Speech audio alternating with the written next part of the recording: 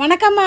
காலைல எழுந்து எப்பவும் போல் எல்லா வேலையும் முடிச்சுட்டு பூஜை பண்ண இறங்கிட்டம்மா. குளிச்சுட்டு எல்லா சாமிக்கும் புது பூ வச்சேன், பழைய பூவெலாம் எடுத்துட்டு அமாவாசை அதனால் அதெல்லாம் செய்தம்மா. நான் இந்த வேலைலாம் முடியுதுங்காட்டி என் பொண்ணு சமையல் பண்ணி முடிச்சுட்டா. சாமிக்கு வச்சு படைச்சிட்டு காக்காய்க்கு வச்சுட்டு சாப்பிட்டாச்சு. போன வாரம் தொடர்ந்து மழை பெஞ்சது, வாழைக்கு தண்ணி போடவே இல்லை.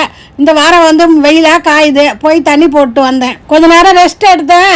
அப்புறம் எழுந்து சாயந்தரம் பாத்திரம் தேய்ச்சிட்டு பைரவ கூட வாக்கிங் போயிட்டு வந்தேன். இன்னைக்கு என் பையமா என்னை இழுத்துன்னு ஓடுறா, அதால என்னால் ஓடவும் இல்லை. அதுக்கு தான் நான் பார்த்து கிடையாது, பசங்க போவாங்க. பையன் வாக்கிங் கூட்டின்னு போகிற வழியில் இந்த நெறிஞ்ச முள் இருந்தது.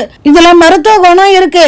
இதை முள்ளை பறிச்சுன்னு வெயிலில் காய வச்சு பதமாக அதை இடித்து மிக்சியில் அரைச்சி ஜலிச்சு அந்த பொடியை சுடுதண்ணில் கொதிக்க வச்சு ஒரு டம்ளர் தண்ணியில் வச்சு அரை டம்ளர் ஆக்கி 2 வேளையும் குடிச்சு வந்தால் கிட்னியில் கல் இருந்தால் சரியாகும்.